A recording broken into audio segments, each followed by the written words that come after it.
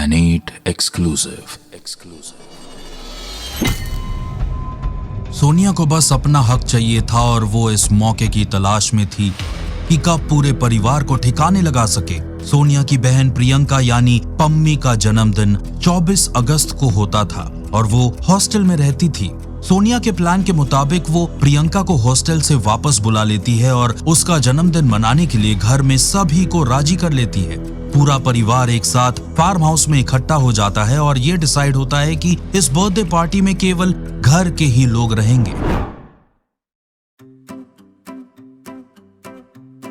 क्यों दीदी, आपने मेरे लिए इतना किया। मैं तो सोच रही थी कि इस बर्थडे पर करूंगी क्या। अरे कोई बात नहीं, तू मेरी छठी बहन है और मेरा फर्ज है कि मैं तेरे लिए कुछ करूं।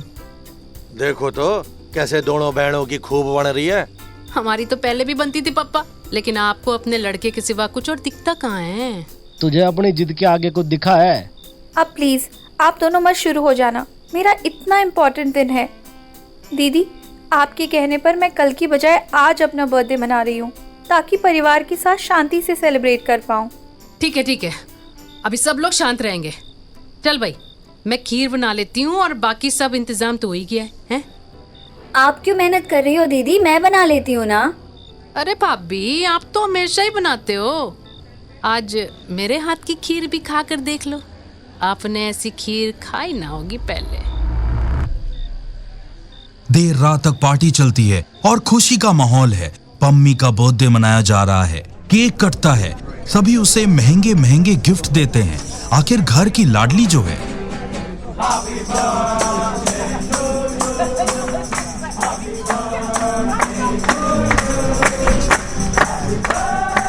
मेरी छोटी सी बहन को जन्मदिन बहुत बहुत बहुत मुबारक हो।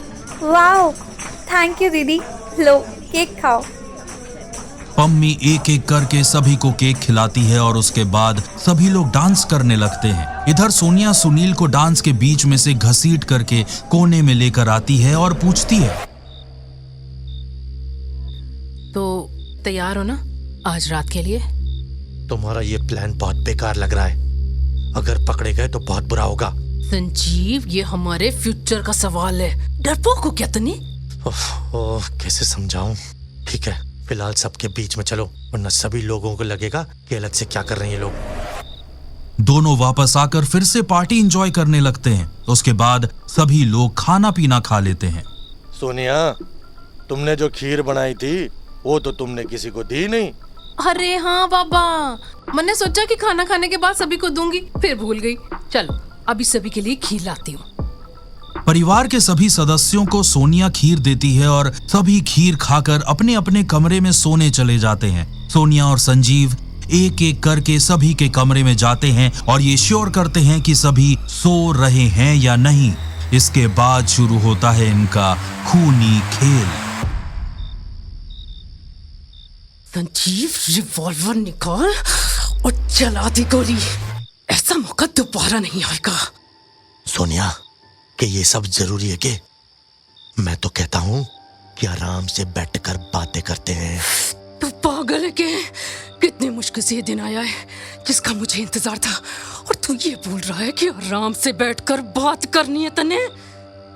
सोनिया, ये हमारे अपने ही लोग हैं, एक बार फिर सोच ले।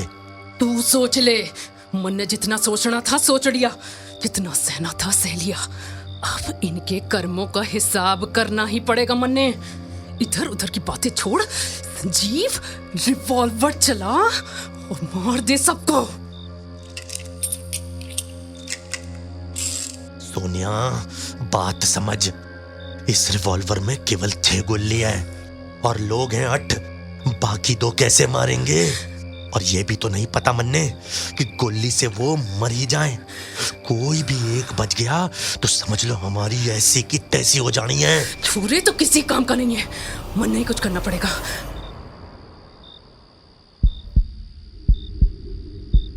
संजीव सोच में पड़ा था कि ये सोनिया कैसी बातें कर रही है और मुझसे क्या करवा रही है। गोली से परिवार के 8 सदस्यों की हत्या तो मुमकिन नहीं थी, तो सोनिया भी वहां से निकल जाती है और कुछ हथियार ढूंढने लगती है। संजीव के पास अभी भी समय था कि वो सोनिया को मना कर सकता था कि वो उसका साथ नहीं देगा, लेकिन संजीव डरा हुआ था। उसे लग रहा था कि अगर वो मना कर देगा तो सोनिया उसे ही ना ठिकाने लगा दे। जब रिवॉल्वर से कुछ नहीं हो सका तो सोनिया अब कौन सा हथियार लेकर आएगी? और क्या अभी भी संजीव सोनिया की बातें मान लेगा और सभी को मौत के घाट उतार देगा?